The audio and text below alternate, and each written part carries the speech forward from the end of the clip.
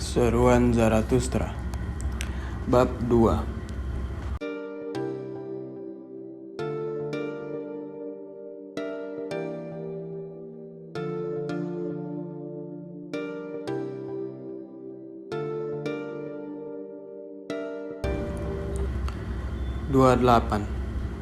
Gerombolan.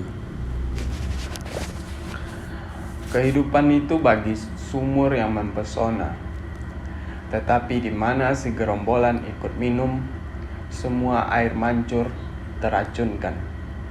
Aku sangat menyukai segala sesuatu yang bersih. Aku tidak suka melihat seringai mulut-mulut dan dahaga-dahaga si yang tidak bersih. Mereka melemparkan tatapan mereka ke dalam sumur, dan sekarang senyuman menjijikkan mereka menatapku dari dalam sumur. Mereka meracuni air suci ini dengan hawa nafsu, dan ketika mereka menamakan impian-impian kotor mereka itu pesona, mereka meracuni kata-kata. Nyala api marah ketika mereka menaruh hati lembab mereka ke atas api. Spirit ini sendiri menggelembung dan berasap tatkala gerombolan mendekati api. Buah menjadi hambar dan kematangan di tangan mereka. Pohon buah menjadi goyah dan layu di pucuknya di bawah tatapan mereka. Dan banyak orang yang undur diri dari kehidupan. Mereka hanya undur diri dari gerombolan. Ia benci untuk membagi air mancur, api dan buah-buahan bersama mereka. Dan banyak orang undur diri ke padang pasir dan menderita dahaga bersama para binatang pemangsa. Ia tidak ingin duduk di sekeliling waduk air bersama para penunggang unta kotor. Dan banyak orang datang serupa sang penghancur dan hujan es ke semua taman-taman buah hanya untuk meletakkan kakinya ke dalam rahang-rahang gerombolan dan menyumbat kerongkongannya. Dan itu bukanlah kata-kata panjang yang telah mencekikku, agar tahu bahwa kehidupan itu membutuhkan permusuhan dan kematian dan para syuhada. Tetapi aku bertanya sekala itu, dan pertanyaanku ini nyaris mencekikku. Apakah gerombolan itu dibutuhkan pula dalam kehidupan ini? Bukankah kebencianku, tetapi kejijikanku dengan laparnya menggerogoti kehidupanku? Aku kerap tumbuh letih akan spirit, tetapi aku mendapatkan bahwa gerombolan pun punya spirit. Dan aku membalikkan punggungku terhadap para penguasa. Ketika aku melihat apa yang mereka namakan kekuasaan, tukar-menukar dan tawar-menawar kekuatan dengan si gerombolan. Aku hidup di tengah-tengah para rakyat yang berbahasa janggal, memakai penyumbat telinga. Lalu bahasa tukar-menukar dan tawar-menawar kekuatan itu akan tetap janggal bagiku. Menurut hidungku, aku pergi dengan murung melalui segala masa lampau dan masa kini. Sungguh, semua masa lampau dan masa kini itu berbau busuk, coretan-coretan tulisan gerombolan. Serupa si timpang yang menjadi buta, tuli dan gagu, maka aku telah hidup begitu lamanya. Semoga aku tidak akan hidup dengan si gerombolan penguasa, si gerombolan penulis, dan si gerombolan penikmat kesenangan. Dengan letih spiritku mendaki tangga-tangga dan berhati-hati. Sedekah yang mempesona adalah makanannya. Dengan orang buta kehidupan itu melata di atas tongkat. Apa yang terjadi padaku? Bagaimana aku bisa membebaskan diriku dari kejijikan? Siapa yang telah menyegarkan kembali mataku? Bagaimana aku bisa terbang ke ketinggian di mana si gerombolan tidak lagi duduk di sumur-sumur? Telahkah kejijikanku ini sendiri menciptakan sayap dan daya penemu air bagiku? Sungguh, ke puncak tertinggi aku mesti terbang. Aku menemukan kembali sumur yang mempesona itu. Oh, aku telah menemukannya, saudaraku. Di sini, di ketinggian-ketinggian ini, dia muncrat bagiku sumur mempesona ini. Dan di sini ada satu kehidupan yang mana tidak ada seorang gerombolan pun minum bersamaku. Kau muncrat sangat bersemangat air mancur pesona, dan kau kerap menggosongkan cawannya ketika angin dipenuhi lagi. Dan aku masih harus belajar untuk mendekati kau dengan lebih merendah hati. Sangat bersemangat hatiku mengalir ke arah kau dan terlalu sembrono. Hatiku di atas mana musim panasku membakar, yang singkat panas melankoli, melalui panas penuh sukacita. Bagaimana hati musim panasku merindukan kesejukan kau. Sudah berakhir sisa-sisa penderitaannya musim semiku yang masih tertinggal itu. Sudah berakhir kejahatannya serpihan-serpihan saljuku di bulan Juni. Aku telah menjadi musim panas seutuhnya dan siang hari musim panas. Musim panas di ketinggian-ketinggian dengan air-air mancur yang dingin dan keheningan yang membahagiakan. Oh, mari para temanku, semoga dengan keheningan ini bisa lebih membahagiakan lagi. Karena ini adalah ketinggian kita dan rumah kita. Terlalu tinggi dan terlalu curam kita di sini telah hidup bagi orang-orang yang tidak bersih dan bagi dahaga mereka. Coba lemparkan tatapan murni kau ke dalam sumur pesonaku. Kau tidak akan mempengaruhi kemelawannya. Sumur ini akan tertawa kembali pada kau dengan segala kemurniannya. Di atas pohon, masa depan kita membuat sangkar. Burung-burung elang akan membawakan makanan pada kita. Kita para penyendiri di paruh-paruh mereka. Sungguh, makanan yang mana tidak ada manusia yang tidak bersih bisa makan bersama kita. Mereka pikir itu api yang mereka makan yang membakar mulut mereka. Sungguh, kita tidak menyiapkan rumah di sini bagi para manusia kotor. Kebahagiaan itu seperti gua es ke tubuh juga ke spirit mereka. Dan laksana badai, kita hidup di atas mereka. Para tetangganya elang-elang, para tetangganya salju-salju, para tetangganya matahari-matahari. Dan seperti angin, aku ingin di suatu hari nanti akan menghembus di tengah-tengah mereka, dan bersama dengan spiritku mengambil nafasnya spirit mereka, maka masa depanku melampaui ini. Sungguh, Zarathustra adalah badai kencang ke semua daratan-daratan rendah, dan ia sajikan anjuran ini pada musuh-musuhnya dan pada semua yang muntah ataupun meludah. Waspada, jangan meludah melawan angin. 29. Para tarantula.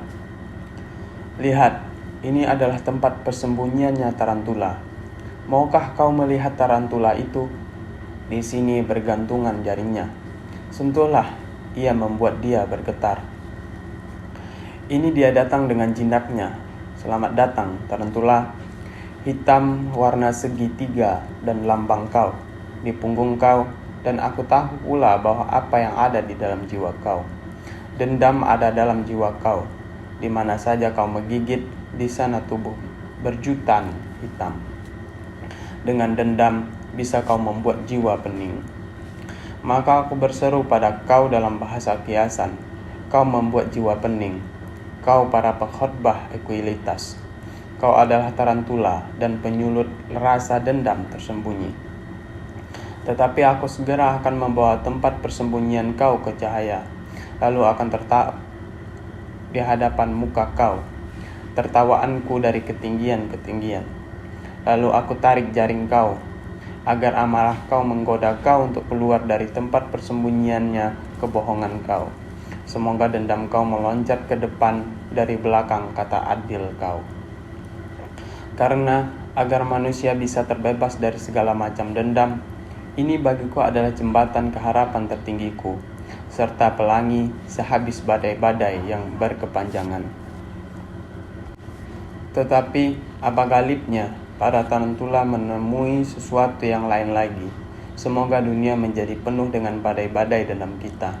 Biar ini tepatnya yang dinamakan keadilan oleh kita. Maka mereka berkata satu sama lain, kita harus menggunakan dendam dan menghina melawan mereka yang tidak serupa kita. Maka hati para tarantula berjanji pada diri mereka sendiri. dan kemauan pada ekualitas. Ini sendiri mesti selanjutnya menjadi nama kebajikan. Kita akan memberontak melawan semua yang punya kekuatan. Kau para pengkhotbah ekualitas, maka tirani yang menggila dari ketidakberdayaan kau itu berteriak bagi ekualitas. Maka nafsu mentirani rahasia kau itu menyamar diri sebagai kata-kata kebajikan. Kecongkakan yang mendongkolkan dan rasa dengki yang ditekan, mungkin kecongkakan dan kedengkian bapak-bapak kau. Di dalam kau, semua ini meledak bagai nyala api dan kegilaan dendam. Apa yang bapaknya rahasiakan pada putranya akan diungkapkan, dan kerap aku temui di putranya rahasia-rahasia bapaknya terbuka. Maka seperti para manusia yang terilhami, tetapi bukan hati yang mengilhami mereka, tetapi dendam. Dan ketika mereka menjadi halus dan dingin, ini bukan spirit mereka, tetapi dengki mereka yang membuat mereka seperti ini. Kecemburuan mereka menggiring mereka ke jalan para pemikir, dan ini adalah tanda kecemburuan. Mereka selalu berlebihan, lalu keletihan akhirnya harus berbaring dan tidur di atas salju. Dalam semua keluhan-keluhannya ada dendam, dalam semua pujian-pujian ada kejahatan, dan untuk menjadi hakim tampaknya yang membahagiakan mereka. Namun aku nasihatkan kau para temanku, jangan percaya pada mereka yang nafsunya untuk menghukum. Mereka adalah rakyat dari asuhan dan keturunan buruk. Dari wajah-wajah mereka mengintai para algojo dan anjing pemburu. Jangan percaya pada semua yang berbicara banyak akan keadilan. Sungguh tidak saja madu yang kurang dalam jiwa mereka, tetapi juga jiwa mereka sendiri. Dan ketika mereka menamakan diri mereka si baik dan si adil, jangan lupa mereka tidak kekurangan apa-apa untuk menjadi seorang Farisi kecuali kekuatan. Para temanku, aku tidak mau disalahkan dengan yang lainnya atau dimengertikan sebagai yang bukan aku. Di sana ada mereka yang mengkhotbahkan doktrin kehidupanku, namun pada saat yang sama mereka adalah pengkhotbah ekualitas dan para tarantula. Bahwa mereka berseru baik akan kehidupan, walau mereka hidup di tempat persembunyian mereka. Laba-laba berbisa ini dan undur diri dari kehidupan ini karena mereka mau membuat kerugian. Pada mereka yang sekarang memiliki kekuatan, mereka ingin membuat kerugian, dan mereka itu sejenis dengan para pengkhotbah kematian. Jika ini lain, maka tarantula ini akan mengajarkan yang lainnya pula. Mereka dahulunya adalah para ahli fitnah dan para pembakar manusia durhaka. Aku tidak mau disalahartikan dan tidak mau dianggap sebagai para pengkhotbah ekualitas, karena sang keadilan berkata padaku demikian. Para manusia itu tidak equal, dan mereka tidak semestinya equal. Apa arti cintaku pada sang Superman jika aku berseru sebaliknya? Di atas beribu-ribu jembatan dan dermaga, mereka harus berupaya ke masa depan, dan mesti ada banyak lagi perang serta ketidakekualan di antara mereka. Maka cinta megahku membuatku berseru begini. Mereka mesti menjadi para pencipta tanda-tanda dan hantu-hantu dalam permusuhan mereka. Dengan tanda-tanda dan hantu-hantu itu, mereka mesti bertarung bersama pertarungan yang besar. Kebaikan dan kejahatan, kaya dan miskin, mulia dan hina, dan semua nama-nama kebajikan harus menjadi senjata-senjata dan tanda-tanda yang mengeluarkan suara. Bahkan kehidupan ini mesti mengatasi lagi diri mereka sendiri. Kehidupan ini sendiri mau timbul tinggi dengan saka-saka dan tangga-tangga. Ke kejauhan ia mau menatap dan pergi ke kebahagiaan dan indah. Maka ia butuh ketinggian. Oleh karena itu, ia butuh ketinggian. Maka ia butuh anak tangga dan persengketaan antara anak-anak tangga dengan mereka yang mendakinya. Kehidupan mau menghadaki dan dalam mendaki mengatasi dirinya. Dan lihatlah para temanku, di sini di mana tempat persembunyian tarantula itu berada, tinggi berdiri sebuah runtuhan candi purba. Lihat ini dengan mata yang tercerahkan. Sungguh, ia yang sekala menegakkan ide-ide luhurnya pada batu-batu ini tahu baik sebaik manusia bijaksana mengenai rahasia kehidupan, bahwa ada perjuangan dan ketidaksetaraan bahkan dalam keindahan, dan ada peperangan demi kekuatan dan kekuasaan. Ia mengajarkan kita begitu di sini dalam kiasan-kiasan sangat jelas. Alangkah agungnya kubah dan lengkung memperlihatkan perbedaannya dalam perjuangan. Alangkah mulianya mereka berjuang melawan satu sama lainnya bersama cahaya dan bayangan. Indah dan mantap laksana mereka. Mari kita pula menjadi musuh, para temanku. Secara mulia, mari kita berjuang melawan satu sama lain. Sekarang tarantula, musuh gaibku ini, menggigitku. Dengan indah dan mantap, dia menggigit jariku. Di sini mesti ada hukuman dan keadilan. Maka pikirnya, tidak sia-sia ia akan menebang untuk menghormat kepermusuhan. Ya, dirinya telah mendendam, dan sekarang dia mau membuat jiwaku pening dengan dendamnya itu. Tetapi supaya aku tidak pusing ke sekeliling, ikat erat aku ke saka ini. Aku malah ingin untuk menjadi saka guru daripada kepusingan dan dendam. Sungguh Zarathustra itu bukan angin tautan, bukan pula angin pusing. Walau ia sang penari, ia sama sekali bukan sang penari tarantula. 30. Para filsuf kondang. Kau telah melayani rakyat serta tahayul-tahayul mereka, bukan kebenaran. Kau semua para filsuf kondang, dan tempatnya karena inilah mereka menghormati kau. Dan karena ini pula mereka mentolerir ketidakpercayaan kau, karena itu adalah dagelan dan jalan pintas bagi rakyat. Maka sang juragan menyenangkan para budaknya, bahkan terhibur oleh kepungahan mereka. Tetapi ia yang dibenci rakyat adalah bagai serigala ke anjing-anjing. Ia adalah sang spirit bebas. Musuhnya sengkela-sengkela, tidak memuja apa-apa, tinggal di hutan-hutan. Untuk memburu ia dari sarangnya, rakyat selalu menamakan ini hak. Karena di mana ada rakyat, di situ ada kebenaran. Terkutuklah ia yang mencari-cari. Ini selalunya demikian dari mulanya. Kau mencari bukti akan kesahihan rasa hormat rakyat. Ini yang kau namakan kemauan pada kebenaran. Kau para filsuf yang kondang. Dan hati kau selalu berkata pada diri kau sendiri, dari rakyat aku datang, dari mereka pula suara Tuhan ini datang padaku. Kau selalu keras kepala dan licik, seperti keledai, seperti si penasehat rakyat. Dan kau banyak dari penguasa yang mau rukun dengan rakyat, telah mengikat di depan kudanya seekor keledai kecil, si filsuf kondang. Dan sekarang kau para filsuf kondang, aku minta kau untuk menanggalkan kulit singa dari badan kau itu, kulit binatang pemangsa, kulit bertutul, dan rambut gembelnya yang penyelidik. Sang pencari, sang penakluk.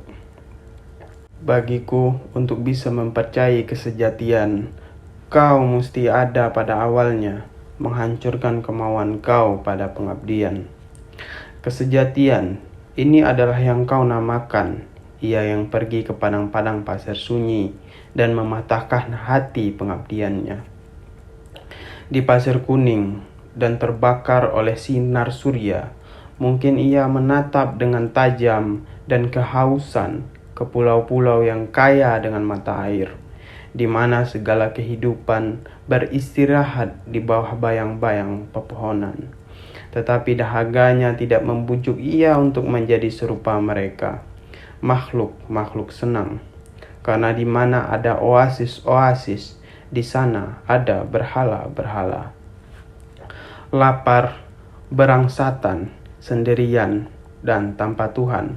Seperti inilah singa itu ingin untuk menjadi. Bebas dari kebahagiaan pelayan-pelayan, bebas dari Tuhan-Tuhan dan pemujaan, tidak takut dan ditakuti, megah dan sendirian. Begitulah kemauan manusia sejati. Para manusia sejati, para manusia bebas, selalu hidup di padang pasir, sebagai juragan-juragan padang pasir. Tetapi di kota-kota hidup makmur para filsuf kondang, para binatang penghela beban. Karena mereka selalu menarik bagai keledai-keledai pedati rakyat. Tidaklah aku murka pada mereka akan hal ini, namun mereka tetap saja para pelayan dan para binatang dalam kekang, bahkan jika mereka berkilauan dengan pakaian emas. Dan mereka selalunya baik-baik dan pelayan yang sesuai dengan upahnya, karena berseru kebajikan. Jika kau harus menjadi pelayan, carilah ia yang bisa kau layani dengan baik. Spirit dan kebajikan juragan kau mesti tumbuh, karena kau pelayannya. Maka kau sendiri akan tumbuh baik bersama dengan spirit dan kebajikan juragan kau itu. Dan sebenarnya, kau para filsuf kondang, kau para pelayan rakyat, kau sendiri telah membaik oleh karena spirit dan kebajikan rakyat, dan rakyat membaik oleh karena kau. Demi kehormatan, aku mengatakan ini. Tetapi bagiku, kau tetap saja sebagian dari rakyat, bahkan dalam kebajikan kau. Sebagian dari rakyat dengan mata lamur kau. Sebagian dari rakyat yang tidak tahu apa itu spirit. Spirit itu adalah kehidupan, yang ini sendiri menusuk ke kehidupan. Melalui siksaannya sendiri, bertambahlah pengetahuannya. Tahukah kau sebelumnya? Dan kebahagiaannya spirit adalah ini, untuk ditasbihkan dan disakralkan dengan air mata, laksana binatang korban. Tahukah kau sebelumnya? Dan kebutaan manusia buta, dan pencarian dan perabaannya, namun mesti menjadi saksi akan kekuatan pancaran sang surya yang ia tatap. Tahukah kau sebelumnya? Dan manusia yang tercerahkan harus belajar untuk membangun dengan gunung. Ada hal kecil bagi spirit untuk memindahkan gunung. Kau hanya tahu percikan-percikan api spirit, tetapi kau tidak melihat paronnya di mana sang spirit itu berada. Tidak pula kebingisan palunya. Sungguh kau tidak tahu tentang rasa bangganya spirit. Bahkan kau kurang bisa tahan pada kebersahajaannya spirit jika ia berkenan angkat bicara. Dan kau tidak pernah berani melemparkan spirit kau ke liang salju. Kau tidak cukup panas untuk ini. Maka kau tidak tahu pula akan gairahnya pada dinginnya dingin.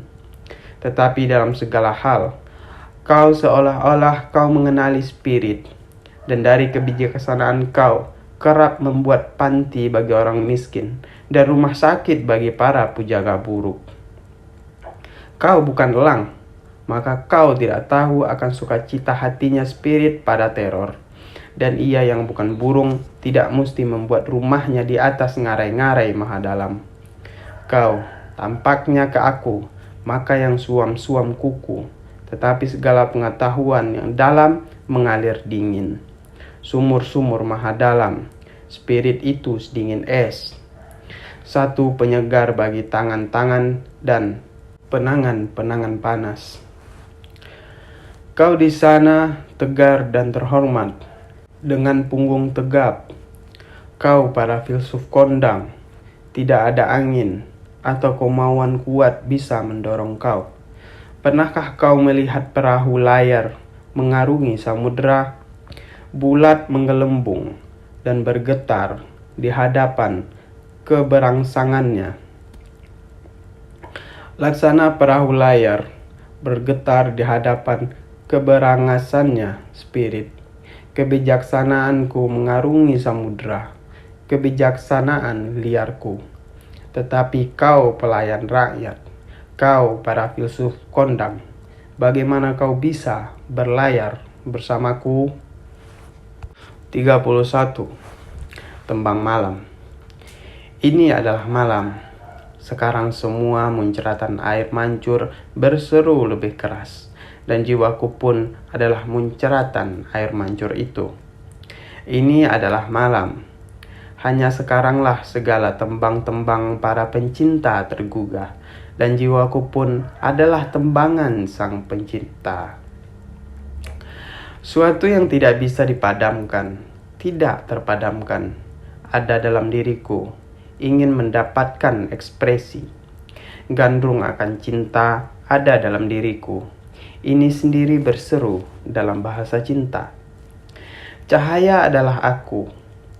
Jika diriku ini malam, ini adalah kesendirianku yang dikelilingi cahaya. Seandainya aku ini kelam lagi suram, niscaya akan menghisap buah-buah dada cahaya. Dan aku mesti berkelahi, bintang-bintang kecil berkelipan dan kunang-kunang di atas sana. Dan bahagia di hadiah-hadiah cahaya terang kau. Tetapi aku hidup dalam cahayaku sendiri. Aku minum kembali ke dalam diriku nyala cahaya yang lepas dariku. Aku tidak tahu rasa bahagianya sang penerima. Dan aku kerap bermimpi bahwa mencuri itu mustahil, lebih terberkahi daripada menerima.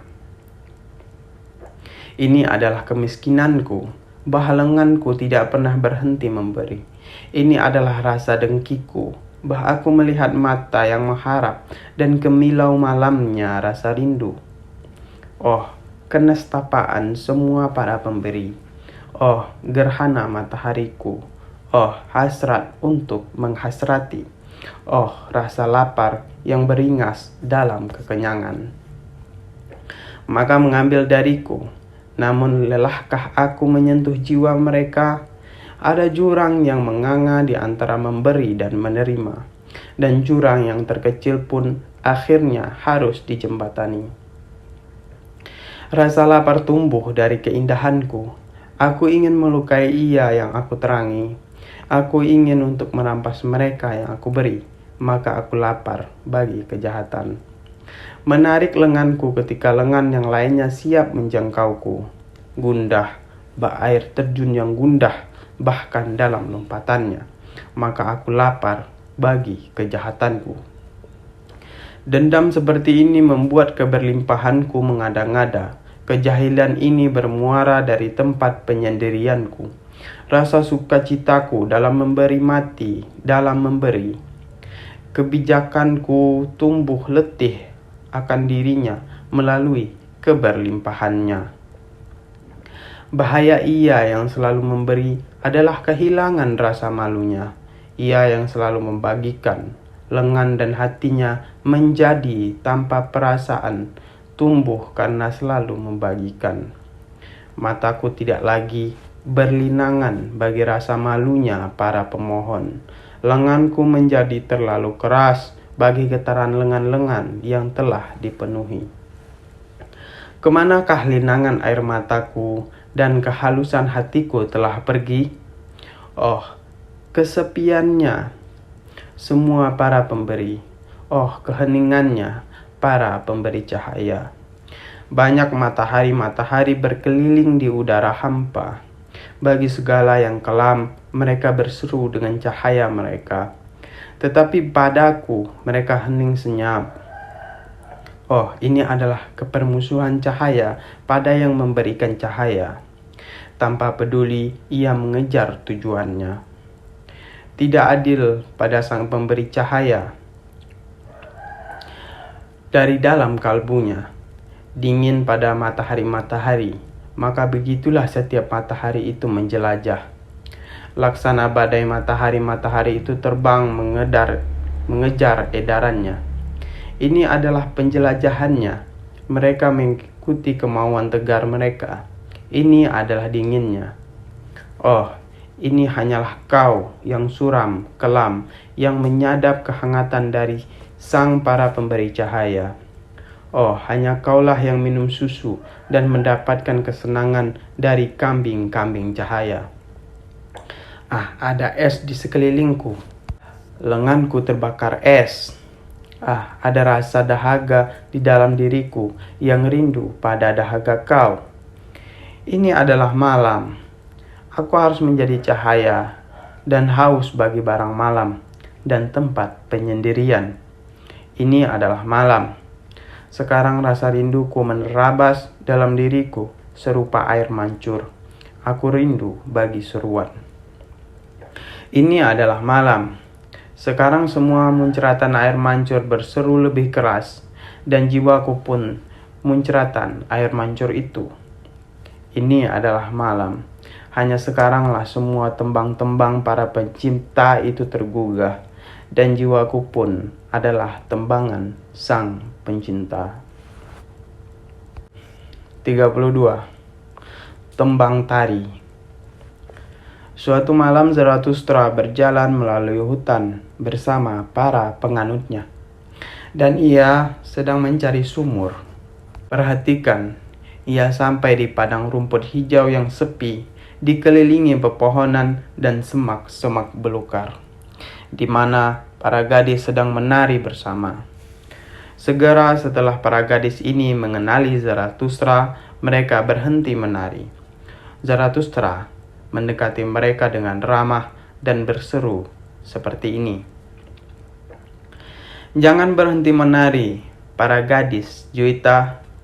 Bukan orang sembrono yang telah datang pada kau dengan mata jahatnya, bukan musuh ke gadis-gadis. Aku adalah sang pembela Tuhan dengan setan. Namun, ia adalah sang spirit gaya berat.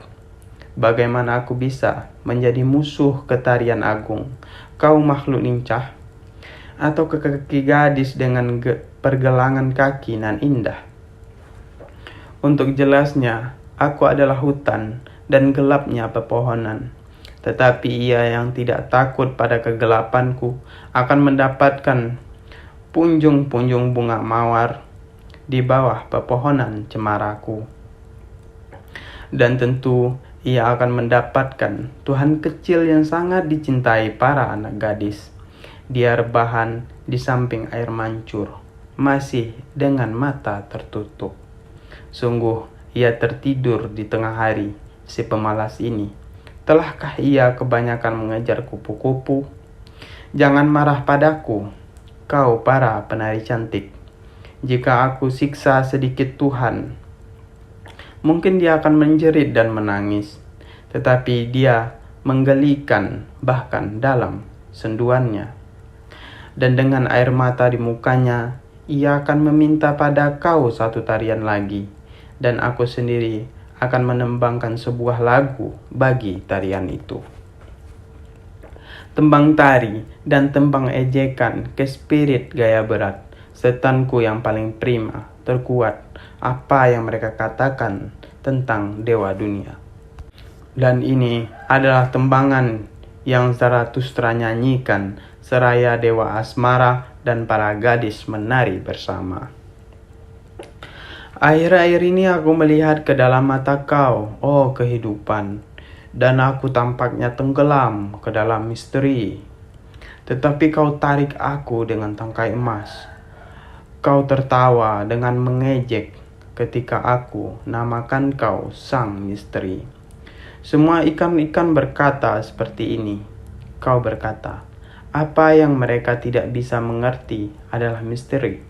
Tetapi aku hanyalah yang berubah, liar, dan dalam segalanya perempuan, dan tidak berbudi luhur. Walau kau para lelaki memanggilku amat dalam, atau setia, abadi, dan misterius, tetapi kau para lelaki selalu menganugerahi kami dengan kebajikan-kebajikan kau. Kau para lelaki yang berbudi luhur. Maka ia tertawa, perempuan yang luar biasa ini. Tetapi aku tidak pernah mempercayainya ataupun tawanya. ketika ia mengatakan bahwa dirinya adalah jahat. Dan ketika aku berkata diam-diam pada kebijaksanaan liarku, ia berkata marah padaku, "Kau memaui, kau menghasrati, kau mencintai, oleh karena ini kau memuji kehidupan." Lalu aku hampir menjawabnya dengan marah dan mengatakan yang sebenarnya pada kebijaksanaanku yang berang. Dan seseorang tidak bisa menjawab dengan lebih marah lagi selain ketika seseorang berkata kebenaran pada kebijaksanaannya sendiri. Beginilah keadaan kita bertiga. Dari dalam hati aku hanya mencintai kehidupan, dan sungguh aku sangat mencintainya ketika aku sangat membencinya. Tetapi aku menyayangi kebijaksanaan dan kerap terlalu menyayanginya, karena ia sangat banyak mengingatkanku pada kehidupan. Ia mempunyai matanya, tawanya, dan bahkan tangkai pancing kecilnya. Apakah aku bertanggung jawab untuk itu? Bahkan mereka keduanya sangatlah serupa. Dan ketika kehidupan sekala bertanya padaku, siapakah ia itu, kebijaksanaan itu? Lalu aku berkata bersemangat, "Ah ya, kebijaksanaan." Seseorang dahaga baginya dan tidak pernah terpuaskan. Seseorang melihat ianya melalui cadar-cadar. Seseorang menangkapnya melalui jala. Apakah ia cantik? Aku tidak tahu. Tetapi para ikan gaib yang tercerdik pun tetap saja tergoda olehnya. Ia adalah perubahan dan suka melawan. Aku kerap melihat ia mencibirkan bibirnya dan menentang. Mungkin ia jahat dan palsu, dan dalam segalanya perempuan, tetapi ketika ia menjelek-jelekkan dirinya sendiri, lalu tepatnya inilah yang sangat menggoda. Ketika aku berkata demikian pada kehidupan, lalu ia tertawa dengan culasnya serta memejamkan matanya. "Tetapi siapa sih yang kau bicarakan itu?" katanya. "Mungkinkah mengenaiku? Dan jika kau benar, apakah layak kau mengatakan ini ke hadapan mukaku? Tetapi sekarang, mohon, berserulah mengenai kebijaksanaan kau itu." Lalu kau buka kedua mata kau lagi, oh kehidupan tercinta. Dan lagi kau tampaknya tenggelam ke dalam misteri. Ini tembangan Zarathustra. Tetapi ketika tarian itu selesai dan para gadis telah pergi jauh, ia menjadi sedih. Sang surya telah terbenam. Ia berkata akhirnya, "Padang rumput ini lembab. Hawa dingin datang dari hutan-hutan. Sesuatu yang janggal tidak dikenal ada di sekelilingku, menatap dengan seksama. Apa? Kau masih hidup, Zarathustra? Mengapa? Sebab apa? Karena apa? Kemana? Di mana? Bagaimana? Tidakkah ini bodoh untuk terus hidup? Para temanku, ini adalah malam yang bertanya demikian dalam diriku. Maafkanlah kesedihanku ini. Malam telah tiba. Maafkanlah aku, dia telah menjadi malam."